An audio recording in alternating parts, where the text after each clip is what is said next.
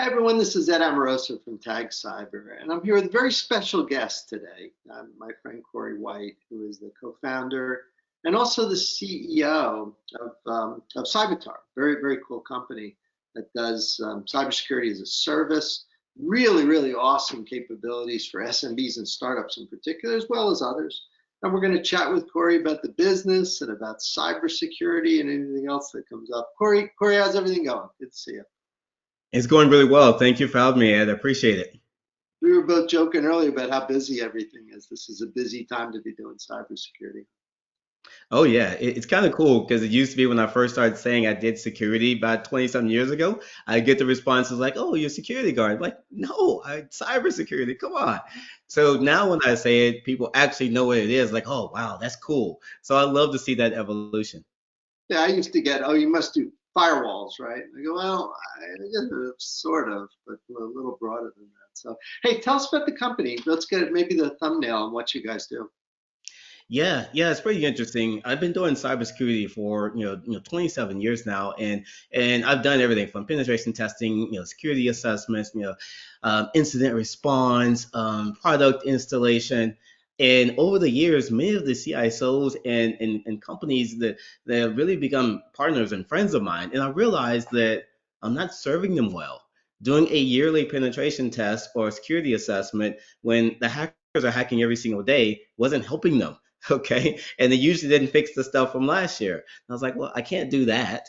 And then I realized, my last company that, products are very hard to get installed and configured and actually set up properly, especially if you're using complicated stuff like AI and people don't know how to do that. So can't do that and not getting value just buying products.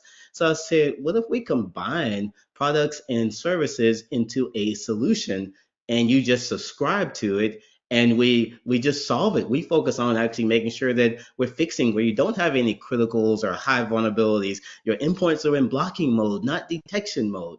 So what if we did that? And I was like, let's do that. So that's what we built. Well, now, Corey, you look like such a young guy to me. You said 20 years. You must have started when you were 5 years old doing cyber. But take us through your career a little bit, and then I want to get into the company, what you're doing. But how'd you get into this? Yeah. It's the answer to that question is I am not 20 years old. I literally started my career in 1995. Um, and funny story, I was when I graduated college in 95, my first job was working for Microsoft supporting Windows 95, Internet Explorer 1.0, Exchange 1.0. First, it was like the internet just started, right? And so, I had to learn security. And when I moved to California and I got into consulting, my first gig was connecting very large global construction company here in California to the internet. And I'm explaining to people how to FTP and detail stuff like that. So I had to learn cyber. I had to learn security outside of college, and got all the certifications, CISSP and CCNP and Microsoft certifications, SAN certifications, all of that. So I learned it outside of college and just had to grow up with it. And I got into security after I connected that first company to the internet. My next thing was you need a firewall. So I put in probably one of the first Pix firewalls that ever came out back in 1997. So that's really how I got started into cyber. Well, that's cool. Pix was a good firewall back then. It's a decent product. Man, a Yeah. lot of people use that. That's cool. So now with the Yeah. company today, you guys, you have a nice practice here and a nice solution. Um, what is, in a sense, what's the kind of value prop? What are you guys doing that making you so successful? You guys are signing up a lot of clients. What do they get energized about? Yeah, it's pretty interesting what we get in our sales process. And I know we're doing something right when I hear this comment. Literally, we'll get, this is too good to be true. And I was like, okay, all right. The onus is on us to prove it at that point. But I challenge people back when they say it's too good to be true. If I said 15 years ago, you could pull out your phone, press a button, and then a car will come and pick you up and take you anywhere you want to go, you're like, wow, that's too good to be true. But that's a very simple model, but our model is modeled around those types of business models. So at the end of the day, there's no one actually providing outcomes in cybersecurity to the level that we are. We're the first outcome-based business to come out there and do it. Because if you want to be secure around cybersecurity, the goal is to be secure, right? The goal is not to get more alerts or get more tuned alerts. It's not to buy a security product, and it's not to do an assessment. The outcome of all of that is you want to actually be secure. So we've democratized many areas within cybersecurity by saying, oh, your assessment, oh, we'll do the external scanning for free. In our subscription, we'll include the penetration test. And here's the deal with including the penetration test: you don't have any vulnerabilities after the 90-day period. So if there's no criticals, there's no highs, you have multi-factor authentication implemented, your endpoints are in blocking mode, then and you what are you gonna attack? I mean, you really gotta get creative at that point. There's nothing to exploit. So we've made this a lot easier for people to consume it in a subscription-based model. So that's why we've grown so much in the past year. It seems like good startups and SMBs, they've taken big time to what you guys are doing. Was that always the intent to have them as an important component of your business, or did that just sort of happen? Well, as we started building a business, obviously you got to figure out what your ideal customer profile is. I have a ton of relationships at large companies, and a lot of them are advisors to our company, the CISOs at those companies. But at the end of the day, they have a full security team. And I never forget one of them, a good friend of mine, said, Corey, I love what you're doing, but am I supposed to get rid of my whole team and then hire you guys? And and I was like, no, we obviously can partner with you. But then it really started, piquing my interest. I was like, wait a second, the niche is really simple here. The total addressable market is outside of the Fortune 1000. I mean, it's 1,000 of them. That's it. But the amount of startups, especially with the Great Resignation that's happened over the last few years, and then on top of that, just small to medium-sized enterprises that need cybersecurity. Because to our point earlier, everybody knows what cybersecurity is nowadays. And 10 years ago, they didn't. So now these companies, they actually want cybersecurity. They just don't think they can afford it. So that's been the biggest hindrance to them. So here we are, we're making it accessible and affordable. This has been game changing. So that's really how we figured out what our niche is.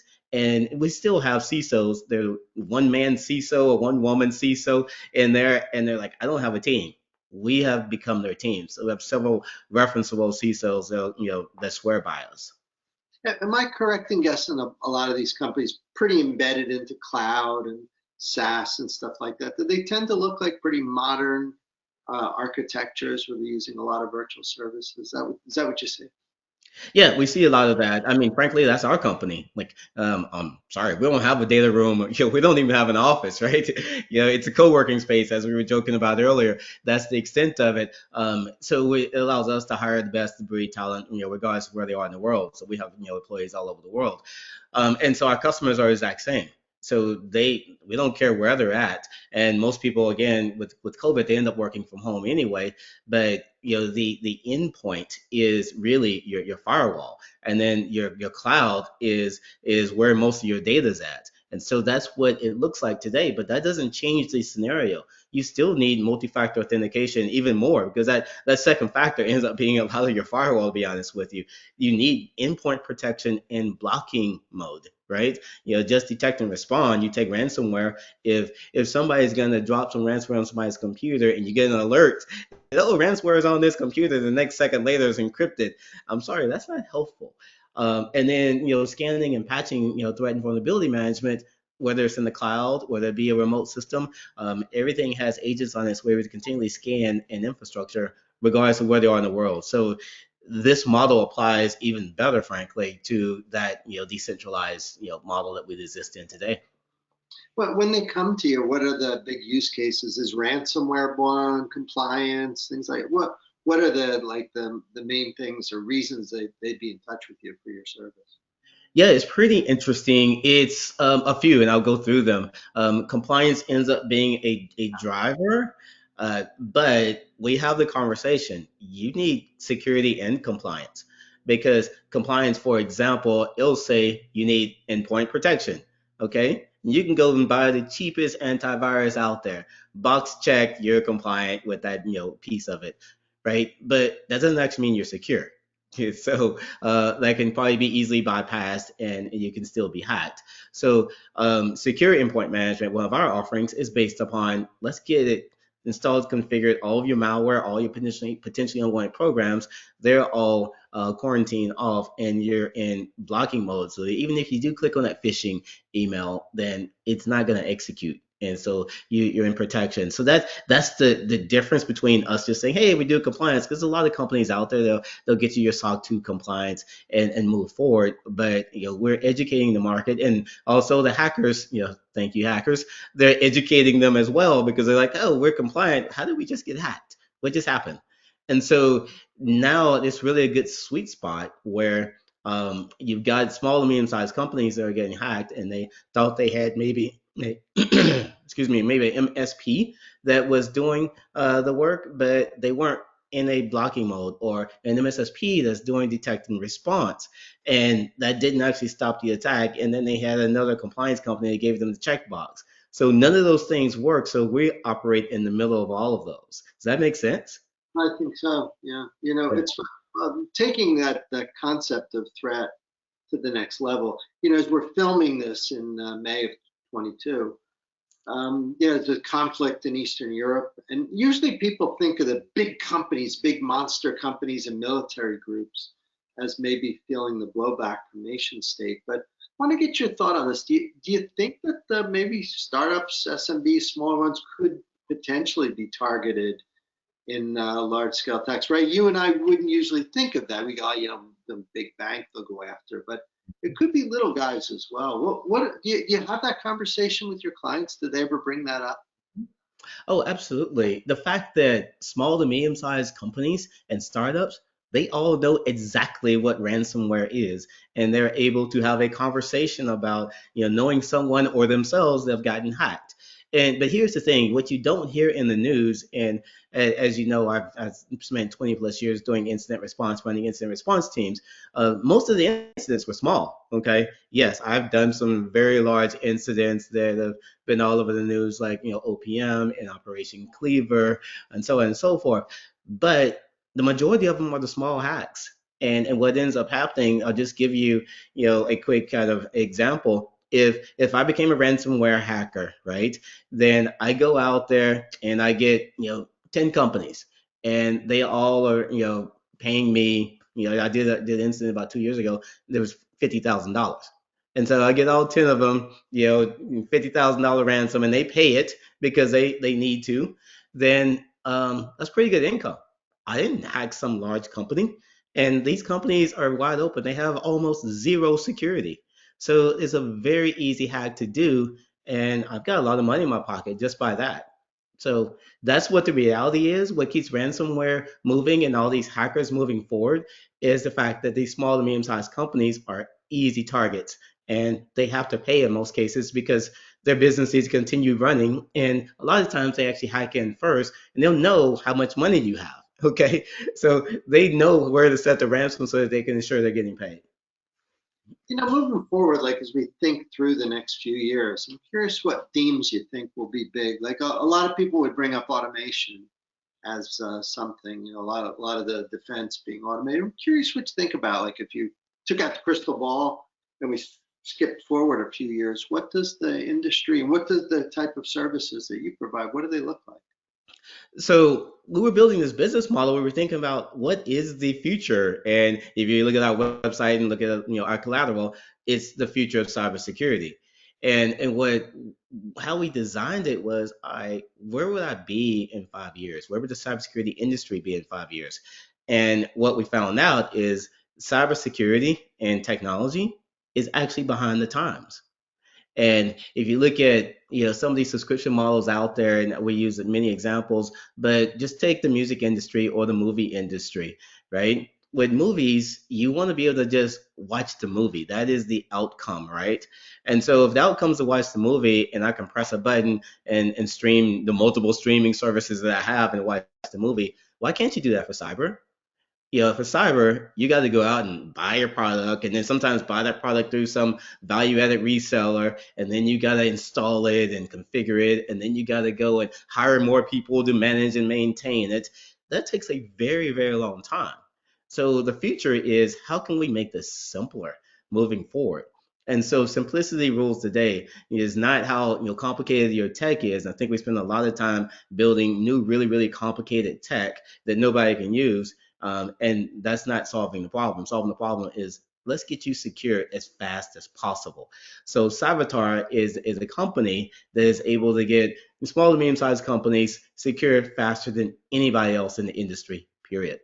That's awesome. And the name is awesome. Cyber plus Avatar. Very cool name. Very, very Oh yeah, I got to tell a quick story around that Ed. So I was trying to figure out the name, and a good friend of mine, we were on the phone, and she was saying it's like the industry needs like an avatar behind them helping, and so I was driving on the 5 freeway, and I was like, oh my God. Like I literally was checking to see if Cybertar domain was available while driving. Not don't recommend it, but luckily it was available. So that's how it came about. But yeah, that's the goal really, really to help and make a difference and be those avatars. It's not about us being in the front. It's about us back behind our customers and making sure they actually get value.